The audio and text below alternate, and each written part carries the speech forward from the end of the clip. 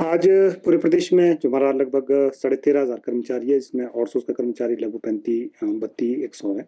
तो सारा कर्मचारी हम 16 16.5 17,000 जो भी कर्मचारी है ब्लैक बैजेस करके आज विरोध प्रदर्शन में है।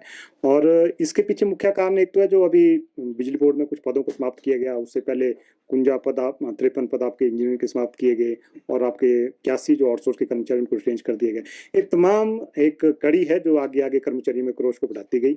अभी 700 पदों के समाप्त करने के बाद कर्मचारियों में भारी क्रोश है, जिसके चलते आज जो पूरे प्रदेश का कर्मचारी आपका ब्लैक बैजेज लगा करके पूरे प्रदेश में विरोध कर रहा है। और साथ में जो वर्क रूल की कॉल है, पूरे प्रदेश में कर्मचारी वर्क रूल के हिसाब से ही काम करेगा।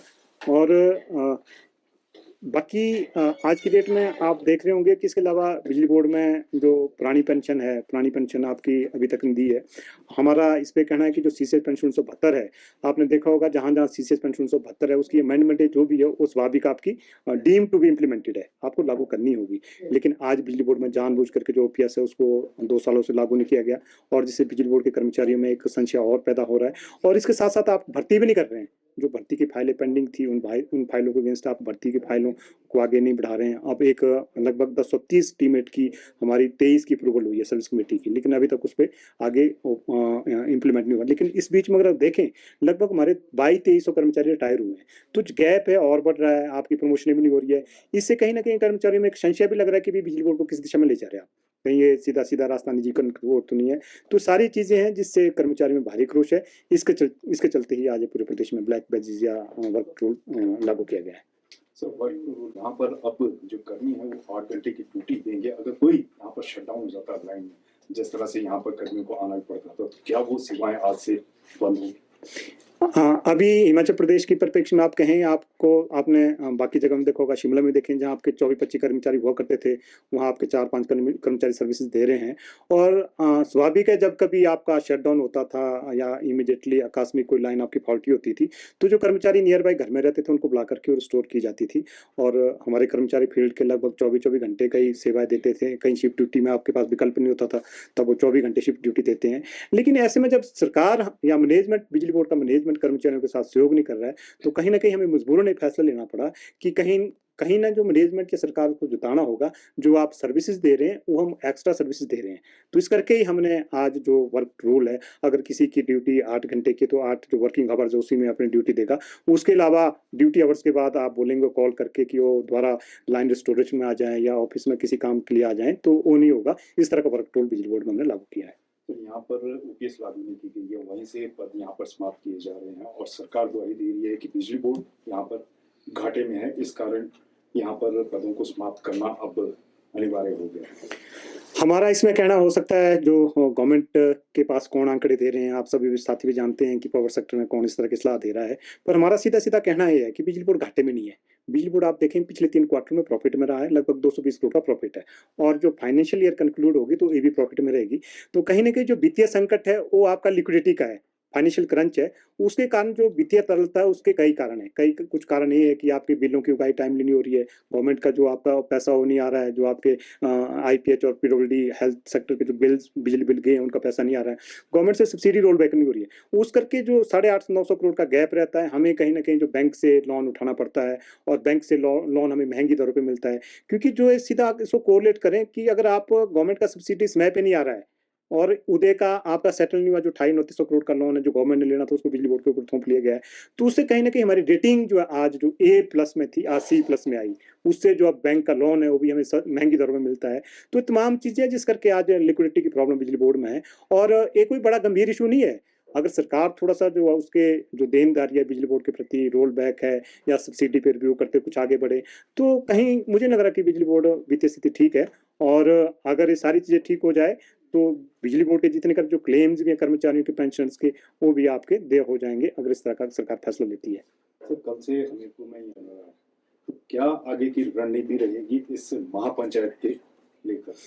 आप मीडिया के साथ ही जानते हैं कर्मचारी के पास, बाकी तो मुझे लग रहा कोई बड़ी ताकत होती है कि भी हम सरकार के ऊपर ज्यादा क्या बोल पाएंगे। हमारे कुछ सर्टेन राइट्स है, डेमोक्रेटिक राइट्स हैं, उन राइट्स जो ट्रिब्यूनल राइट्स हैं, फंडामेंटल राइट्स हैं, हम अपनी बात एक्सप्रेस कर सकते हैं और अपनी बात इकट्ठे होकर के कह सकते हैं।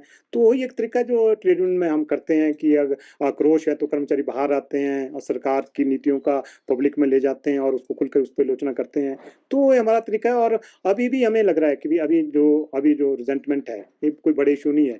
हम कह रहे हैं अगर आपने पोस्टें खत्म की है 700, हम उसके अगेंस्ट नहीं है, आप उस पर चर्चा करिए। जो पद ऐसे लग रहे हैं जो आपके खत्म होने हैं उसमें हमारा भी कोई इतराज नहीं है, जिसकी जरूरत नहीं है। लेकिन ऐसे पद जिससे हमारे कर्मचारियों की वर्क कंडीशन प्रभावित होती है, प्रमोशन प्रभावित होती है, तो वहाँ कहीं ना कहीं सरकार को थोड़ा सा देखना पड़ेगा। और हम चाहेंगे अगर सरकार इनको कैप्टन नोबियस करते हैं ऑर्डरों को और हमारे साथ वार्ता करते हैं और ऐसे पद है जिनको नेसेसरी आपको लग रहा है कि इनको एबलिश करना है, तो उसमें हमारा कोई इतराज नहीं है। पर चंद कुछ ऐसे पद हैं जिस पे हमारा इतराज है, जिससे हमारी सर्विस कंडीशन प्रभावित होती है, उस पर सरकार रिव्यू करे, हमारा कहना है। और स्वाभाविक है अगर सरकार हमें वार्ता के लिए नहीं बुलाती, वैसे तो हमें उम्मीद है सरकार को कर्मचारियों को अभियंता को वार्ता के लिए बुलाना चाहिए। नहीं आपकी वार्ता के लिए, जैसे मैंने पहले कहा, हमारे पास तरीका तो वही है, कर्मचारी क्या होगा, कर्मचारी इकट्ठे होकर के रिजल्ट इशू करेगा। तो उसका नेक्स्ट जो हमारा है वो हमीरपुर से, कल हमीरपुर हम इकट्ठे होंगे, जिला हमीरपुर के जितने भी कर्मचारी पेंशनर्स हमारे अभियंता हैं और वो सारे मिलकर के वहाँ इकट्ठे होकर के इसका चिंतन करेंगे। और उसमें जो प्रदेश के कंज्यूमर्स भी होंगे, कंज्यूमर इसलिए होंगे कि आज का जो ऑर्गेनाइजेशन है, इंस्टीट्यूशन है, इससे 30 लाख कंज्यूमर जुड़ा है। अगर ये इंस्टीट्यूशन ढह गया, कहीं निजी हाथों में गया, स्वाभाविक है जो आज जो आप महाराष्ट्र में देखेंगे, मुंबई में आपके टैरिफ क्या है, 18 रुपये 19 रुपये टैरिफ है। तो अगर निजी हाथों में गया तो हम ये स्थिति होगी। तो इस करके जो प्रदेश का कंज्यूमर्स है उसको भी हम उसमें जोड़ना चाहेंगे। और पूरा जो हमीरपुर में, उसके बाद बाकी जिलों में भी हम रोल ओवर करेंगे, वहाँ जिला पंचायत स्तर के करेंगे। और उम्मीद है सरकार समय रहते वार्ता के लिए बुलाएं और ओपीएस से बिजली बोर्ड के कर्मचारी की ओपीएस बहाल करें, जो भर्ती की फाइलें पेंडिंग है उन भर्ती शुरू करें। और जो रैशनलाइजेशन का प्रोसेस चला है उस पे हमें कैप्टन नोबियस करके कर्मचारी अभियंता को मीटिंग के लिए बुलाए। और साथ में जो हमारा बहुत सारा आउटसोर्स कर्मचारी बिजली बोर्ड में है उसके लिए एक नीति बनाए। और ये तमाम और साथ करके जो रिटायर्ड कर्मचारी है उनके लीव इनकैशमेंट ग्रेजुटी 2 सालों से पेंडिंग है, ग्रेजुटी 1 साल से, लीव इनकैशमेंट 2 साल से, तो हम वो भी मांग कर रहे हैं कि उसको भी रिलीज किया जाए।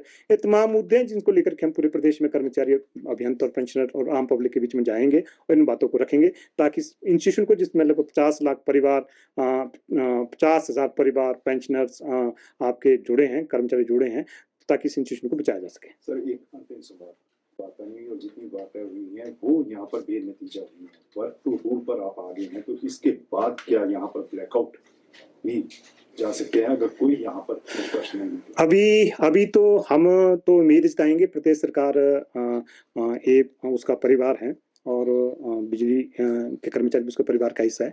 हम चाहेंगे कि कर्मचारियों के बीच में एक सौहार्दपूर्ण वातावरण बना रहे, वार्ता के लिए बुलाएं। और जो इश्यूज हैं हमारे, कोई बड़े इशू नहीं है, वो इश्यूज आपके कुछ इनएविटेबल है, आपको ओपीएस देनी पड़ेगी, लीगली भी देनी पड़ेगी, क्योंकि आप उसको रोक ही सकते हैं पर आप उसको बिल्कुल खत्म नहीं कर सकते हैं। उसी तरह से आपकी भर्तियां भी आपको इस ढांचे को चलाना करनी पड़ेगी। और इसी तरह से रैशनलाइजेशन जो इश्यूज हैं उस पर भी हमारी कुछ ऑब्जर्वेशन है। तो ये तमाम चीज़ें अगर सरकार वार्ता के लिए नहीं बुलाती है, कुछ नहीं करती है, जैसे मैंने कहा पहले जिला में जाएंगे, जिला के बाद हो सकता है कोई बड़े कर्मचारियों में जब आपके पास अति होती है तो कोई विकल्प रहता नहीं है, तो हो सकता है कोई बड़े एक्शन की ओर हमें आगे बढ़ना पड़े। हमसे जुड़े रहने के लिए हमारे YouTube चैनल को सब्सक्राइब करें और नई वीडियो की नोटिफिकेशन के लिए बेल आइकॉन को दबाएं। अगर आप ये वीडियो Facebook पर देख रहे हैं तो लाइक जरूर करें और ज्यादा से ज्यादा शेयर करें। इसी तरह के और भी अपडेट्स के लिए फॉलो करें हमारा Instagram पेज himachal.kesri।